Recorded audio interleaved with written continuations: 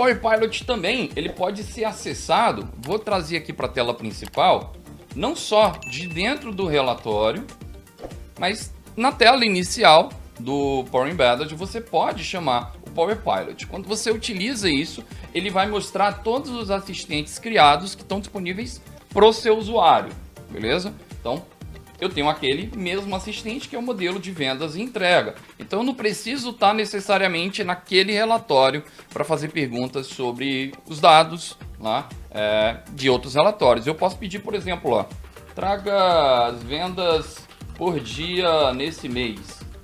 Ele vai gerar, então, uma consulta para a gente lá de vendas por dia no mês atual e vai tornar para a gente aqui uma informação. Vamos ver como é que ele vai gerar.